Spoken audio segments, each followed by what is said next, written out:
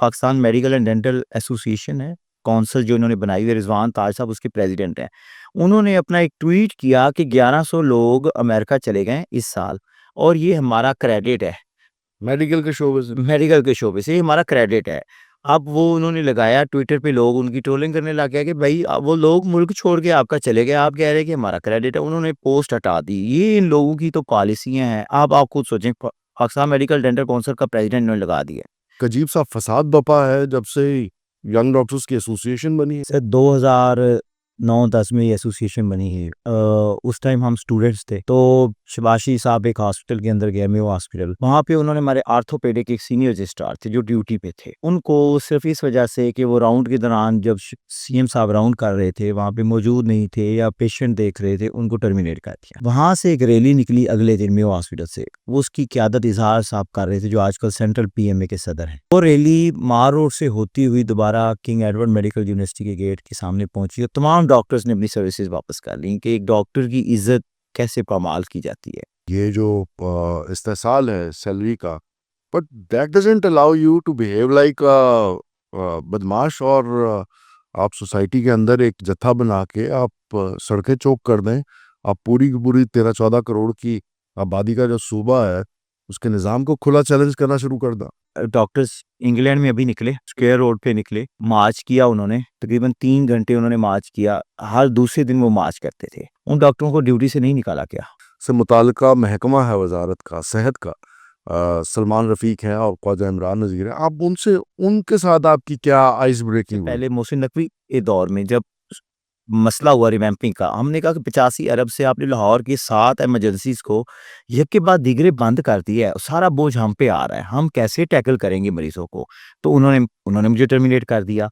मतलब है कि ये टर्मिनेशन को मसले का हल समझते हैं, ये बातचीत नहीं करते। और उस दौरान मोहसिन नकवी के दौर में ये मिनिस्टर्स जो थे, चूंकि गवर्नमेंट में नहीं थे, हमारी आवाज़ बने। लेकिन जब ये गवर्नमेंट में आए, इन्होंने हमारे साथ वही सलूक शुरू कर दिया।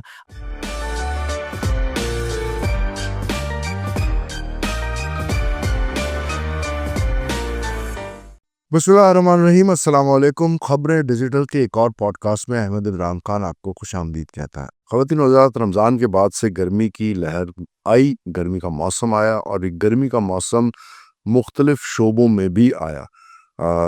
बड़े अफसोस के साथ मुझे कहना पड़ता है कि लाहौर शहर के मसीहा, वो लाहौर की पब्लिक के जो जो रोज़ाना की बुनियाद पे मॉल रोड पे आते जाते हैं, उनकी गर्मी के दुश्मन बने हुए हैं। और पिछले 15 दिन से ज़्यादा से लाहौर की सबसे बड़ी मेन आर्टरी जो मॉल रोड के नाम से जानी जाती है, उसका सबसे इम्पोर्टेंट चौक चेरिंग क्रॉस के ऊपर हमारे डॉक्टर्स और मुख्तलिफ हेल्थ वर्कर्स ने हड़ताल की हुई और उसको चोक किया हुआ है। ये क्या मसला है? ये गर्मी, ये शिद्दत गर्मी के अंदर इन इदारों के एहलकारों और हुकूमत के दरमियान क्या है? इसी पे बात करने के लिए आज हमने अपने स्टूडियोज़ के अंदर यंग डॉक्टर्स एसोसिएशन के सदर शुएब न्याजी साहब को मदऊ किया। शुएब साहब, बहुत शुक्रिया आपकी कीमती वक्त के लिए। न्याजी साहब, डॉक्टर्स तो मसीहा हुआ करते हैं, लेकिन ये मसीहा क्यों लाहौर की पब्लिक के दुश्मन ऐसे बने हुए कि हमारा मतलब मॉल रोड के ऊपर से गुजरना मुहाल हुआ? बिस्मिल्लाहिर्रहमानिर्रहीम। Thank you sir for giving the time. Sir, सबसे पहली बात यह है कि रमज़ान मुबारक में और इससे पहले 2 माह पहले से हम सेमिनार भी कर रहे थे। हमने कन्वेंशन किया हॉस्पिटल्स के अंदर। उसके बाद हमने रमज़ान में 25 मार्च को एक पुरअमन रैली भी निकाली, जो कि यहाँ से होती हुई गंगाराम से चेरिंग क्रॉस और मार रोड से प्राइमरी सेकेंडरी के। और मकसद क्या था सबका? मकसद यही था कि जो प्राइवेटाइजेशन लाई जा रही है, जो सिस्टम को ठेकेदारों के हाथ बेचा जा रहा है, हम उसको रोक सके। हमारी कहीं पे सुनवाई नहीं हुई। हम तकरीबन 2 माह से इसी तरह सेक्रेटरी के पास गए, मिनिस्टर के पास जाने की कोशिश की, चीफ सेक्रेटरी के पास जाने की कोशिश की, लेकिन कहीं से भी कोई एक वॉइस भी हमारे हक में बुलंद नहीं हुई। अब ये हुआ कि जब जो लोग वहाँ पे काम कर रहे थे, इन्होंने एक पायलट प्रोजेक्ट लॉन्च किया बेसिक हेल्थ यूनिट्स पे, मरियम नवाज़ क्लिनिक 150 इन्होंने पायलट प्रोजेक्ट। हम उस पे खामोश हो गए कि गवर्नमेंट है, इनका एक बेसिक होगा, राइट है, चलें पायलट प्रोजेक्ट ले आए। सिर्फ पायलट प्रोजेक्ट को हमेशा 6 माह से 1 साल का टाइम दिया जाता है। ये एक पायलट प्रोजेक्ट का बाय डिफ़ॉल्ट होता है। इन्होंने 19 दिन के अंदर, पायलट प्रोजेक्ट को अभी 19 दिन हुए थे कि इन्होंने वो तकरीबन नाकाम हो चुका था, 19 दिन के अंदर ही डॉक्टर्स ने वापस करना शुरू किए जिनको इन्होंने हायर किया था। लेकिन इन्होंने 2300 मज़ीद बीएचयूज़ उस प्राइवेटाइज़ेशन की नज़र कर दी है। उनको मरियम नवाज़ क्लिनिक का दर 2300 यहीं पे सिलसिला नहीं थमा। जो रूरल हेल्थ सेंटर्स थे, जहाँ पे मेडिको लीगल केस भी होते हैं, जहाँ ट्रामा के केस भी होते हैं, जहाँ सर्जरीज़ भी होती हैं, उनको भी मरियम नवाज़ क्लिनिक का दर्जा देके उनके लिए भी ऐड दे दिया गया 28 मार्च तक। और डेटें इस तवातुर के साथ जल्दी दी गईं कि जहाँ जो लोग वहाँ पे अरसे दराज 20 साल, 25 साल से काम कर रहे थे, उनमें एक अनरेस्ट की कैफ़ियत पैदा हो गई क्योंकि उनके कॉन्ट्रैक्ट एक्सटेंड हो नहीं सकते थे क्योंकि अगर आप किसी ठेकेदार को, किसी सरमायादार को वो देंगे तो वो अपनी मर्ज़ी से बंदे हायर करेगा। उस कोई कोई डॉक्टर साहब कोई सिस्टम होगा ना, कोई प्रोसीजर होगा। बट गवर्नमेंट अगर ये इनिशिएटिव्स ले लिए किसी किसी इंज़बाती कार्रवाई के ज़रिए उसको कर रही होगी। बट यंग डॉक्टर्स तो बड़ा मतलब ऐसा कहना चाहिए कि सियासी रहनुमाओं की तरह आए हैं और एक अजीब-सा फ़साद बपा है जब से यंग डॉक्टर्स की एसोसिएशन बनी है। सर 2009-10 में ये एसोसिएशन बनी है। उस टाइम हम स्टूडेंट्स थे। तो शबाशी साहब एक हॉस्पिटल के अंदर गए, मेयो हॉस्पिटल, बहुत मशहूर हॉस्पिटल है। वहाँ पे उन्होंने हमारे आर्थोपेडिक एक सीनियर रजिस्ट्रार थे जो ड्यूटी पे थे और उनको सिर्फ़ इस वजह से कि वो राउंड के दौरान जब सीएम साहब राउंड कर रहे थे, वहाँ पे मौजूद नहीं थे या पेशेंट देख रहे थे, उनको टर्मिनेट कर दिया। वहाँ से एक रैली निकली अगले दिन मेयो हॉस्पिटल से, वो उसकी क़यादत इज़हार साहब कर रहे थे जो आजकल सेंट्रल पीएमए के सदर हैं। वो रैली मार रोड से होती हुई दोबारा किंग एडवर्ड मेडिकल यूनिवर्सिटी के गेट के सामने पहुंची और तमाम डॉक्टर्स ने अपनी सर्विसेज वापस कर ली कि एक डॉक्टर की इज्जत कैसे पामाल की जाती है। तब वाईडीए का वजूद अमल में लाया गया और तब से आप समझ सकते हैं कि वाईडीए मुख्तलिफ महाजों पे बरसर पैकार भी है अपने हकूक़ के लिए। आपका ख्याल है जब ये जो भी डॉक्टर बनता है कम से कम उसके पीछे उसके ख़ानदान की, उसके पेरेंट्स की, उसके बहन-भाइयों की कुर्बानियाँ होती हैं। 20-25 साल वो टॉपर्स होते हैं जो कि इस फ़ील्ड में आते हैं। अब तो प्राइवेट मेडिकल कॉलेजेस आ गए हैं। हम जिस तरह के डॉक्टर बने हैं उस टाइम तो कुल 10 मेडिकल कॉलेजेस थे जिनमें प्रॉपर मेरिट बनता होता था। और आप 18 घंटे अगर ना पढ़ें तो आप डॉक्टर बन भी नहीं सकते थे। उसके बाद वो टफ़ टाइम गुज़ारने के बाद हम हाउस जॉब करते हैं जिसके अंदर आपकी 36 घंटे की ड्यूटी एक साथ भी होती है। आपने अपनी ईद है, शब बारात है, आपके ड्यूटी आवर्स वहाँ काउंट होते हैं। ये यंग डॉक्टर्स होते हैं क्योंकि ये बर्डन का सामना कर रहे होते हैं। ये वहाँ पे खड़े होते हैं, ये ओवर स्ट्रेस्ड होते हैं, ओवर बर्डन होते हैं। डब्ल्यूएचओ के क्राइटेरिया के बरअक्स जहाँ पे 42 आवर्स पर वीक की ड्यूटी होती है, एनएचएस का सिस्टम है, अमेरिका का सिस्टम है, वहाँ यही होता है। हमसे तकरीबन 72 आवर्स की ड्यूटी ली जाती है, उसके बाद हम अनपेड होते हैं। मैंने अपनी हाउस जॉब गंगाराम के अंदर अनपेड की है, पूरा साल।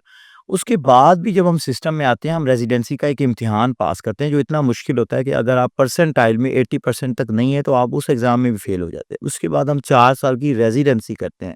उसके बाद इंटरमीडिएट मॉड्यूल का एग्ज़ाम होता है जो बहुत टफ़ होता है। वो मेरे ख़्याल में उस एग्ज़ाम के बाद एग्ज़िट एग्ज़ाम एक अलहदा से वो जो दिया जाता है उसमें भी आपकी मल्टीपल अटेम्प्ट्स इसलिए लगती हैं कि आपके सिस्टम के अंदर वो टेस्ट ही नहीं हो रहे थे जो आपसे पूछे जाते हैं। उसके बाद जब हम डॉक्टर बन के आते हैं तो हमारा क्या ख़्याल होता है कि हम इतना जब मेहनत करके आ रहे हैं तो उसका समर मिलेगा।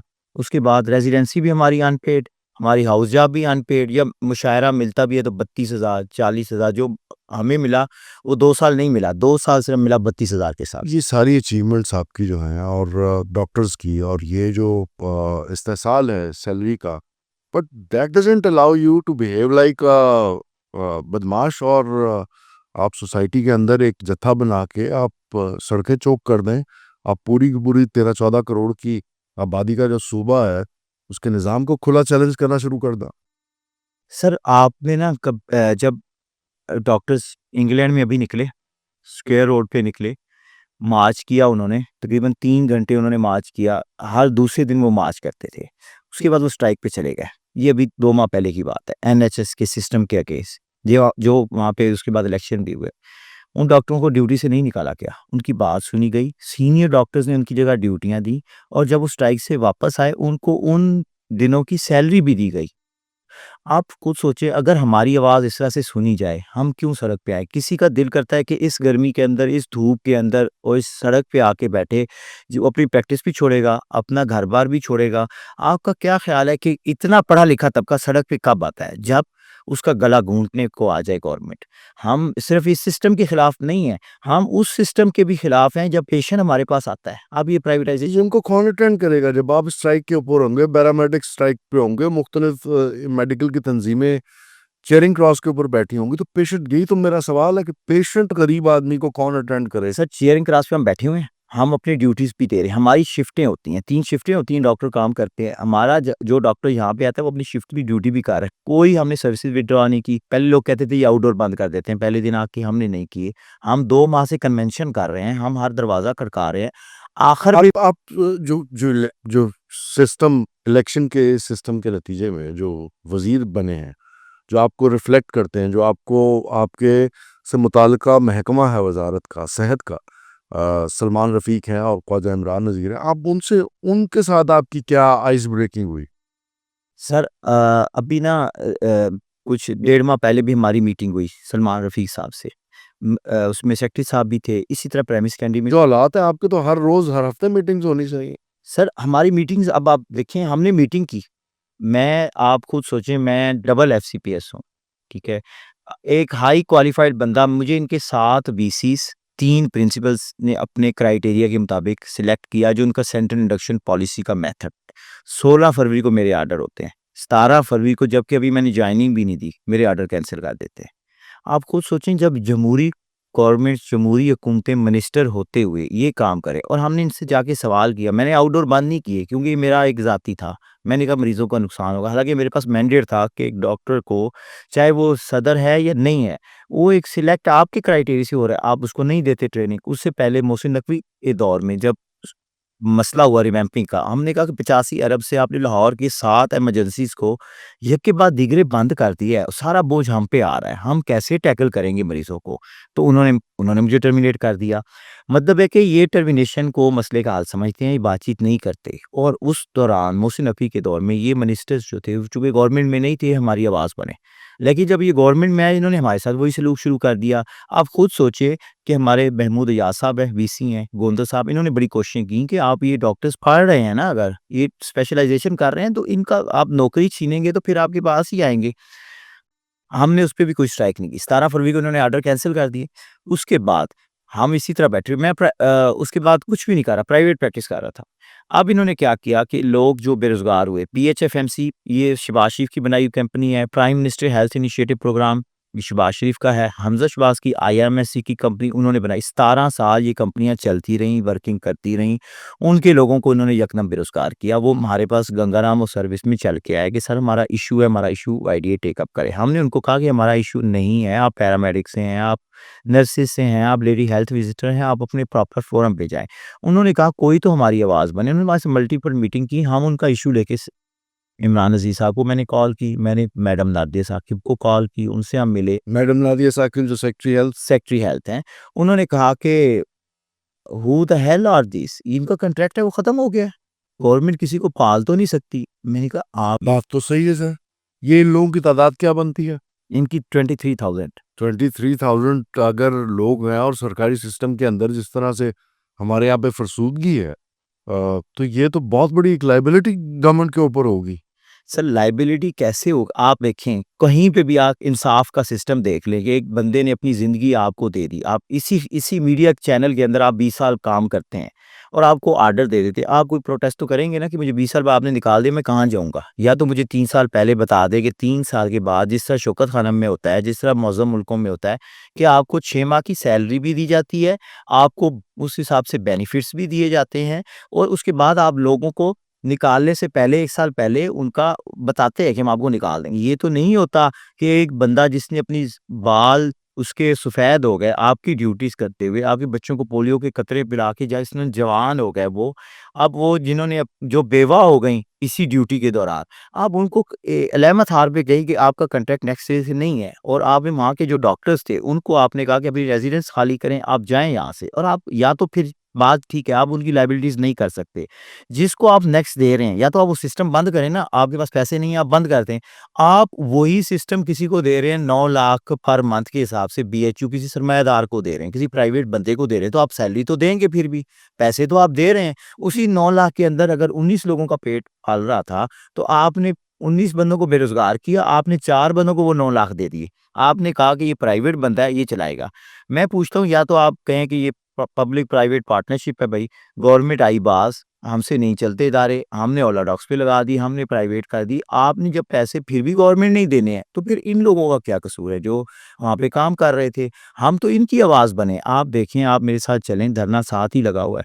यहाँ पे दूध पिलाती माएँ बैठी हैं, प्रेग्नेंट फीमेल्स बैठी हैं और वो औरतें बैठी हैं जो इसी ड्यूटी के दौरान बेवा भी हुईं, जो इसी ड्यूटी के दौरान जिनकी शादियाँ हुई, उनके 4-4 बच्चे हैं। तो पाकिस्तान के सबसे बड़े सूबे के अंदर सीएम एक औरत है, फिर सेक्रेटरी हेल्थ एक औरत है, तो ये तो ज्यादा आसान था आपके लिए केस को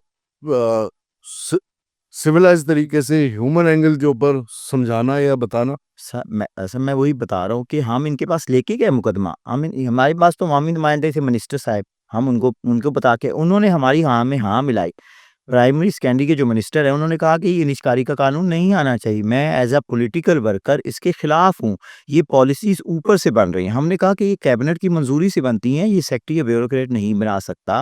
आप तो कैबिनेट का हिस्सा हैं, आपसे ही क्वेश्चन आंसर होने हैं। उन्होंने कहा कि इस मीटिंग के अंदर मुझे नहीं कॉल किया गया और उनकी बात फिर सच भी साबित हुई जब हमें पता चला थ्रू मीडिया, थ्रू अखबारात कि जब वो इस पॉलिसी के अगेंस्ट वहाँ पे गए तो उन्होंने मैडम सीएम साहिबा ने इनको रिफ्यूज़ कर दिया कि आप इसमें ना आइए, हमारा मतलब है कि ब्यूरोक्रेसी ने एक अच्छा-सा शुरू किया काम, तो इसको बनने दें, सारी दुनिया में ऐसे होता है। हमने कहा सारी दुनिया में ऐसे होता होगा, लेकिन पाकिस्तान के अंदर वसाइल ही नहीं है, जहाँ लोग पहले ही बेरोज़गार हैं। आप या तो इंश्योरेंस पे आपने हेल्थ का सिस्टम खड़ा किया होता, आपने कोई इस तरह का सिस्टम बना दिया होता जहाँ के अंदर सिस्टम में लोगों की मजबूरी ना होती। अब आपका इन म्यू का इंफ्रास्ट्रक्चर आप देख लें, आप कहेंगे एक बंदा डॉक्टर हॉस्पिटल का इलाज छोड़े और म्यू हॉस्पिटल से करवा ले, वो करवाएगा? नहीं, मुमकिन नहीं है, लेकिन आप जो बात बता रहे हैं उससे तो ये साबित होता है कि ब्यूरोक्रेसी हमारी जो पॉलिटिकल लीडरशिप है उसको सुपरसीड कर रही है, उसको शट अप कॉल दे रही है। सर भरपूर तरीके से कर दिया है और दोनों मिनिस्टर अपनी ज़ुबान से कह रहे हैं कि हमें कोई इख्तियार नहीं है, हम सिर्फ़ महकमे में एक तस्वीर बने हुए हैं और हमारी ख़्वाहिश है कि हम ये महकमा अगर हमें मतलब गवर्नमेंट में ना होते तो हम ये महकमा छोड़ जाते, क्योंकि इस टाइम हमारी सुनवाई नहीं हो रही। ये धरना उनके हकूक़ के लिए भी है तो कि कभी पूछा नहीं आपने बिहाइंड द कर्टन्स उससे, फिर आप क्यों बैठे हुए हैं सर हमने मामूली तनख्वाहों और बड़ी-बड़ी मराद के लिए?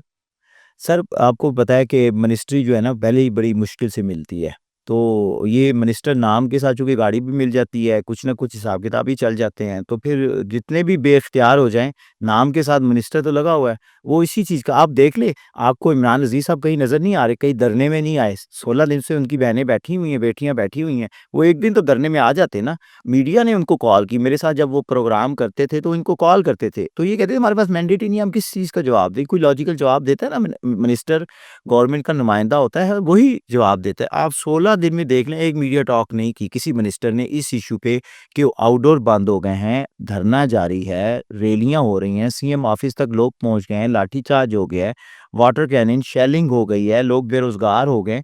कहीं से कोई हुकूमती आवाज़ बुलंद नहीं हो रही। अब इस पे डायरेक्ट सीएम साहिबा बयान नहीं दे रहीं। उज़्मा बुखारी ने एक प्रेस कॉन्फ्रेंस की, उन्होंने कहा कि ये चीज़ नहीं है, तो ये आपने आपने रिपोर्ट किया होगा, सीएम ने 2 दौरे किए। मेरे पास पे आपके पास फिर दूसरा फोरम अदालतों का है और बाकी मुख्तलिफ तरीके से आप लॉबिंग कर सकते हैं अपने नुक्ता नज़र को पहुंचाने के लिए। इसका ये तो नहीं मतलब कि आप बदमाशी करनी शुरू कर दें, आप सड़क जाम कर दें, आप गवर्नमेंट को चैलेंज करें कि आप सिस्टम जो है वो कोलैप्स कर दें ये हेल्थ का। सर बड़े अफ़सोस की बात है कि मैं कोर्ट में गया था अपना केस लेके, जो मैं आपके सामने बता रहा हूँ। वो तकरीबन 11 माह हो गए हैं, उस केस का फ़ैसला नहीं हुआ। अब तक मेरी स्पेशलाइज़ेशन कौन से जज के पास है ये? ये कौन सी सतह की कोर्ट में? लाहौर हाई कोर्ट में सर मुकदमा गया था। उस टाइम स्ट्राइक भी जारी थी, मैंने स्ट्राइक भी उनकी जज साहब ने कहा कि मैं अब साहिवाल वाला इश्यू था, प्रोफ़ेसर को हथकड़ियाँ लगी थी। ये मरीम साहिबा वहाँ गई थी, बच्चों के 13 बच्चे वहाँ पे वो जल गए थे। हथकड़ियाँ लगाई गईं, हमने बाद में हमने कहा इंक्वायरी के बगैर हथकड़ियाँ आप कैसे एक पढ़े-लिखे बंदे को लगा सकते हैं? और दूसरे दिन आपने उसको बेगुनाह करार दे दिया। उस पे जज साहब थे जो सीनियर जज थे, शायद उन्होंने चीफ जस्टिस भी बनना था, वो नाम बन सके आलिया नीलम की जगह। अब मुझे उनका सर से नाम नहीं ज़हन में आ रहा। तो वो जज साहब ने अभी तक 11 माह में उसका फैसला नहीं किया। पहले दिन उन्होंने बड़ी तकरीर की हमारे, जब हम डॉक्टर्स वहाँ पेश हुए कि तख्ते रायविंड नहीं है, मैं देख लूँगा, आप लोगों को हकूक मिलने चाहिए। लेकिन फ्रॉम दैट डे हमारा एतबार उठ गया है। हम कहते हैं कि खुदा ना खास्ता हम कोर्ट में जाएँ और हमारे अगेंस्ट फैसला हो और हमारे हक में हो, उसको ही 2 साल गुज़र जाएँ, तो ये लोग तो दोबारा में सिस्टम में हिस्सा नहीं बन सकते। इसीलिए अब लोग कानून को हाथ में क्यों ले रहे हैं? लोग सड़कों पे क्यों आ रहे हैं? लोग स्ट्राइक्स क्यों कर रहे हैं? कि अदालतों से इंसाफ नहीं मिल रहा। बिल्कुल मैं सीधी बात करूँगा, इंसाफ मिलता होता तो मैं अपना ज़ाती मुकदमा आपके सामने रख के बैठा हूँ कि मुझे इंसाफ नहीं मिला। मैंने वकील जितना हम कर सकते थे वो भी किए हम। आप बता रहे हैं आपके पास 2 स्पेशलाइज़ेशंस हैं। आप अभी आपका क्या स्टेटस है? आपको बर्खास्त कर दिया गया है कि आप जी, धरने के चौथे दिन मुझे मैं पहले ही उन्होंने 17 फरवरी को मुझे मेरे ऑर्डर हेल्ड इन बेस कर ली विदाउट एनी रीज़न, और वो हेल्ड इन बेस चल रहे थे कि अब उन्होंने मुझे दोबारा सस्पेंड कर दिया है। ठीक है, और आपने कहा कि आपके पास 2 स्पेशलाइज़ेशंस हैं। तो आप यहाँ पे जो सियासी दुकानदारी अपनी गरम कर रहे हैं, आप पाकिस्तान से बाहर क्यों नहीं चले जाते? सर सिर्फ़ ना नौकरी और ये पैसा नहीं होता। मेरे पेरेंट्स बूढ़े हैं, वो स्ट्रोक की वालदा मेरी पेशेंट है, तो मैं उनको छोड़ के तो नहीं जा सकता। हम सिर्फ़ मजबूरी की वजह से बैठे हुए हैं। I was offered by military hospital Riyas for 23 lakhs per month. Pakistani. Pakistan है, और उनमें टिकट भी थी, फैमिली का भी सारा कुछ था एज़ अ रूमाटोलॉजिस्ट। मैं वहाँ नहीं जा सका इसी वजह से। हालाँकि मैं मतलब है कि मैंने अपनी वालदा को कहा मेरे साथ चले जाएँ, लेकिन वो नहीं मानती, वो बुज़ुर्ग लोग हैं, वो नहीं अपनी जगह छोड़ के जाते। तो जो इधर बैठे हुए हैं वो लोग ब्रेन ड्रेन क्यों कर रहे हैं? क्यों? अब आप मज़े की बात कि Pakistan medical and dental association है, कौंसल जो इन्होंने बनाई हुई है, रिज़वान ताज साहब उसके प्रेज़िडेंट हैं। उन्होंने अपना एक ट्वीट किया कि 1100 लोग अमेरिका चले गए इस साल, और ये हमारा क्रेडिट है, मेडिकल के शोबे से। मेडिकल के शोबे से, ये हमारा क्रेडिट है। अब वो उन्होंने लगाया ट्विटर पे, लोग उनकी ट्रोलिंग करने लग गए कि भाई वो लोग मुल्क छोड़ के आपका चले गए, आप कह रहे हैं कि हमारा क्रेडिट है। उन्होंने पोस्ट हटा दी। ये इन लोगों की तो पॉलिसियाँ हैं। अब आप खुद सोचें, पाकिस्तान मेडिकल डेंटल काउंसिल का प्रेज़िडेंट इन्होंने लगा दिया। पूरी दुनिया में काउंसिल्स हमेशा इलेक्ट होके बॉडीज़ आती हैं। इन्होंने अपनी मर्ज़ी का लगा दिया और वो लगे बैठे हैं। अच्छा, ये जो आपके जैसे आपको मुअत्तल किया गया या आपकी जॉइनिंग नहीं ली गई फ़रवरी में आप कह रहे हैं, तो ये तो आपके और आपके जो सीनियर डॉक्टर्स हैं, यंग डॉक्टर्स और सीनियर डॉक्टर्स, इनकी भी तो कोई इक्वेशन होगी ना। आप कहीं पे को वो नहीं आपका दर्द समझते, या वो क्यों नहीं आपके साथ खड़े होते? सर इसमें वीसीज़ ने अपना रोल प्ले करने की कोशिश की, वीसीकेई ने भी कोई क्या रोल प्ले किया? उन्होंने मतलब मिनिस्टर्स को कहा कि इस तरह आप जब इस तरह की नाइंसाफ़ी करेंगे, तो हॉस्पिटल्स के अंदर अनरेस्ट क्रिएट होगा। लेकिन वो उस तरह से सियासत नहीं करते जिस तरह से आप करते हैं। सर वो उनको ना मीटिंग्स भी की जाती हैं, उनको स्टेक होल्डर भी कंसिडर किया जाता है, उनको उस तरह की मराहत भी दी जाती हैं, उनको इस ठेकेदारी सिस्टम के अंदर बेनिफिट्स भी दिए जा रहे हैं। अब आप खुद सोचें कि हमारे एक वीसी हैं, वाइस चांसलर हैं, वो इस प्राइवेटाइज़ेशन मुहिम को उन्होंने एज़ अ सुपरवाइज़र बना दिया हमारे वीसी को, केई के।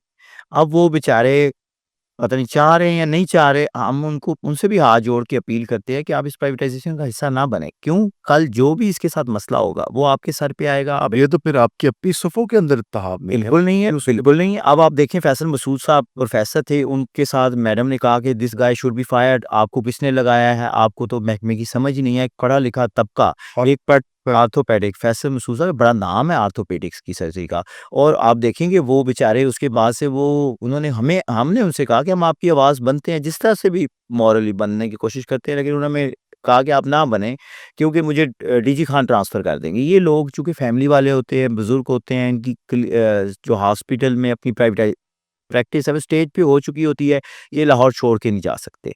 नहीं तो ये हमारा ज़रूर हिस्सा बनते। और आपको मैं बताऊँ कि पाकिस्तान मेडिकल एंड डेंट जो हमारी पीएमए है, पाकिस्तान मेडिकल एसोसिएशन, उसकी तमाम सीनियर लीडरशिप है, वो उन्होंने इस धरने की हिमायत कर दी है। आउटडोर पोलियो कैंपेन पे भी उन्होंने हिमायत का ऐलान कर दिया है, और वो हमारे धरने का हिस्सा हैं, और वो फिज़िकली भी हैं हमारे साथ, और वो सारी मीटिंग्स में भी हमारे साथ शामिल हो रहे हैं। पहली दफ़ा तमाम डॉक्टर तंज़ीमें एक पेज पे आ गई हैं कि इस प्राइवेटाइज़ेशन को हमने रोकना है। चलें, बड़ी अच्छी बात है कि आप एटलीस्ट अपनी सफ़ों को तो सही करें ना। एक जो बहुत सेंसिटिव सा इशू है वो ये कि यंग डॉक्टर्स की तरफ से, डॉक्टर्स की तरफ से पैरामेडिक स्टाफ को जो सेक्सुअली हरास किया जाता है मेडिकल फैसिलिटीज़ के अंदर, वो इस किस्म की एक्टिविटीज़ भी क्या हार्बर करते हैं या प्रोटेक्ट करती है आपकी तंजीम या सीनियर डॉक्टर्स आपके साथ मिलकर? सर ये जो है ना हरासमेंट, ये सिर्फ मेडिकल फील्ड का मसला नहीं है। जहाँ पे भी फीमेल्स हमारी बहनें काम कर रही हैं, जो भी शोबा है उसके अंदर ये केसेस रिपोर्ट होते रहते हैं। हम इनकी सख्त हौसला शिकनी करते हैं। अगर कोई ऐसा रिपोर्ट होता भी है तो हम हमेशा से अभी गंगाराम में एक रैप का केस हुआ था। ये मैं आपको जो प्राइवेटाइजेशन का बता रहा था कि प्राइवेट करने से नुकसान क्या होता है, इन्होंने जेनिटोरियल वहाँ आउटसोर्स किया, कंपनियां दे दी। उन्हीं कंपनी के एक मुलाजिम ने ये किया, सेक्सुअली हरास किया, एक बच्ची थी मासूम, ये गंगाराम साध हॉस्पिटल है। जब चीज़ करने की कोशिश की गई तो वो इनका चूँकि प्राइवेट कंपनी का बंदा था, सिर्फ़ उसको नौकरी से निकालने के अलावा कोई हल नहीं था।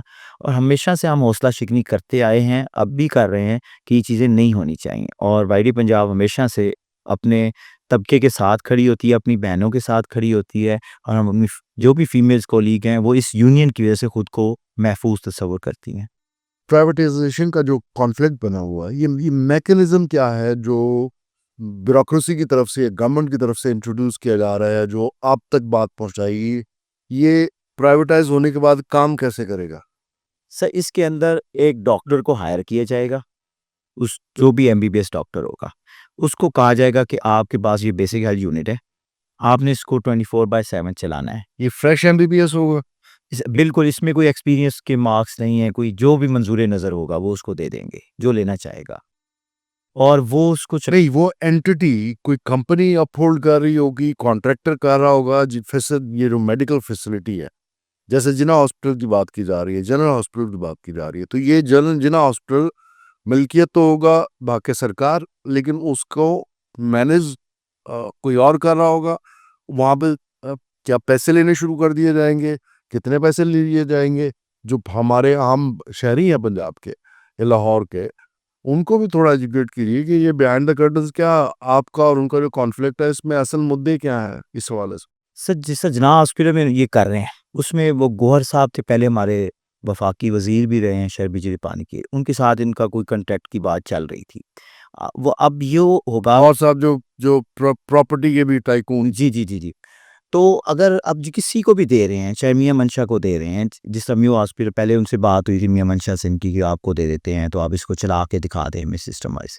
जिस तरह मियाँ आमिर महमूद साहब हैं, उनको कहा गया कि आप कुछ हॉस्पिटल चला लें, जिस तरह आपने अपना डॉक्टर हॉस्पिटल चलाया है या बुर्की हॉस्पिटल चला रहे हैं। अब आप देखेंगे डॉक्टर हॉस्पिटल में कितनी फ़ीस है।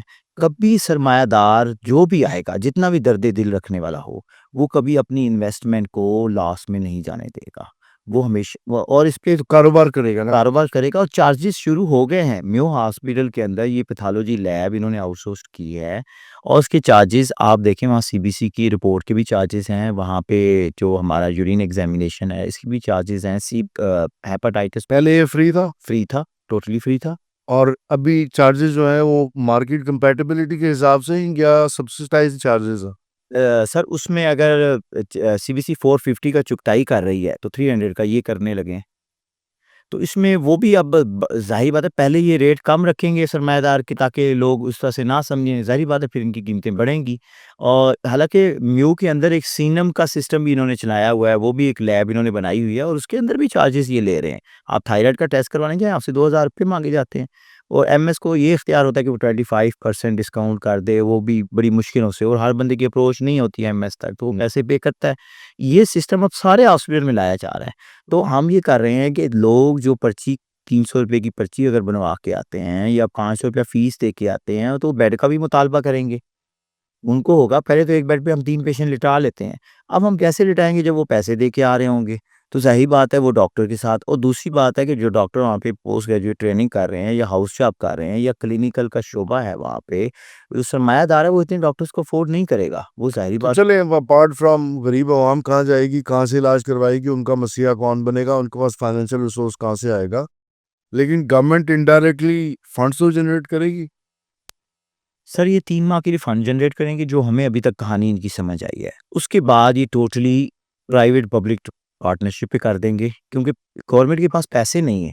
म्यू में 3.5 अरब की लायबिलिटीज़ थीं। जब मरीम नवाज़ साहिबा ने वहाँ दौरा किया, उनको बताया गया, ब्रीफ किया गया। जिन्ना हॉस्पिटल के अंदर भी 1.5 अरब का मकरूज़ है।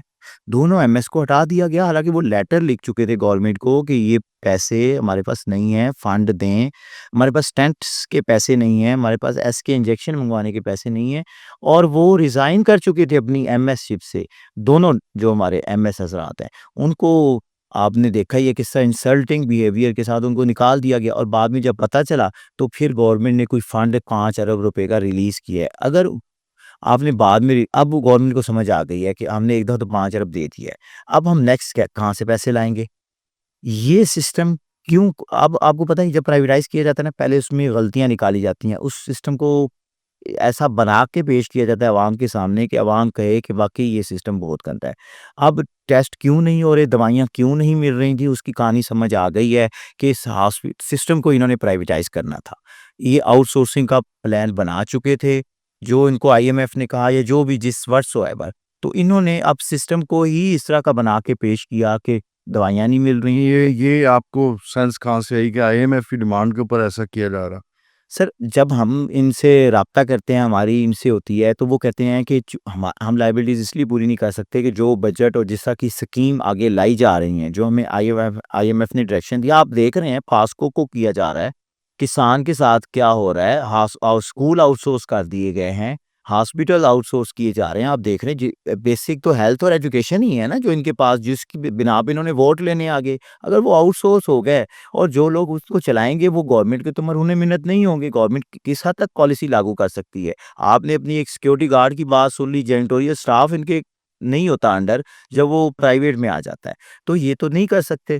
अब ये नहीं कर सकते, सेहत और तालीम लाहौर के हॉस्पिटल अगर गवर्नमेंट नहीं चला सकती, 1.5 साल के अंदर ही ये प्राइवेट करने जा रहे हैं, तो किस बेस पे ये 5 साल के बाद अपना जो इनका मोटो था या जो इन्होंने अपना एक बनाया हुआ था कि ये हमने ये कुछ करना है। अब देखिए 5 हॉस्पिटल ये बना रहे हैं, मनावा cardiology hospital, Nawaz Sharif cancer care hospital, different hospital ये बना रहे हैं। हमने कहा आप इसको लगा लें प्राइवेट ये सिस्टम।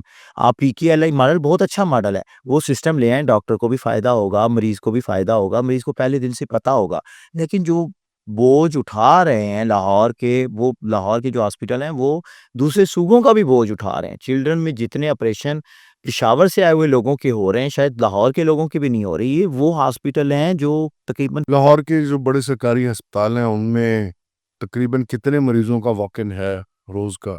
सर म्यू में तकरीबन 13,000 आउटडोर से डेली मरीज़ चेक होता है। तकरीबन इतना मरीज़ जो होता है वो इंडोर में एडमिट होता है तकरीबन 6 से 7,000 और 6 से 7,000 इमरजेंसी में डेली चेकअप के लिए आता है। आप मतलब एक 30,000 की एक रेशियो लगा सकते हैं। म्यू हॉस्पिटल जो सबसे बड़ा हॉस्पिटल है इस टाइम एशिया का भी और पंजाब लाहौर में 1 लाख मरीजों की वॉक-इन होगी सरकारी तो hospital. Sir 2 lakh almost. 2 जनाह hospital है, गंगाराम है, म्यू और ये वो मरीज है जो गवर्नमेंट सिस्टम की वजह से जिसको अपने इलाज मुआवजे के ऊपर पैसे नहीं खर्च कर नहीं खर्च 1 टका भी नहीं लगता इनका। ठीक है। डॉक्टर साहब बहुत शुक्रिया आपके कीमती वक़्त के लिए। जो डिस्कशन हमने की, मुद्दा हमने समझने की कोशिश की। गरीब को पैसे दे के इलाज मिलेगा, सरकारी इलाज मिलेगा, नहीं मिलेगा, ये मामलात पॉलिसी मेकर्स ने डिसाइड करने हैं। और यकीनन हमारी जो पैरामेडिक्स की तंजीमें हैं, उनकी कंसल्टेशन भी बहुत ज़रूरी है। डिस्कशन आपने मुलाहिज़ा की, अपना फीडबैक ज़रूर दीजिएगा, अपने कमेंट्स के ज़रिए बताइएगा कि क्या ये प्राइवेटाइजेशन एक आम आदमी के लिए फ़ायदेमंद होगी या नुकसानदेह होगी। अपना बहुत सा ख्याल रखें। अहमद इमरान खान को इजाज़त दें और जाने से पहले खबरें डिजिटल सब्सक्राइब ज़रूर कर लें ताकि अगले आने वाले पॉडकास्ट और ख़बरें आप तक बिला किसी वक्त ज़ाया किए आप तक पहुँचती रहें। अल्लाह हाफ़िज़।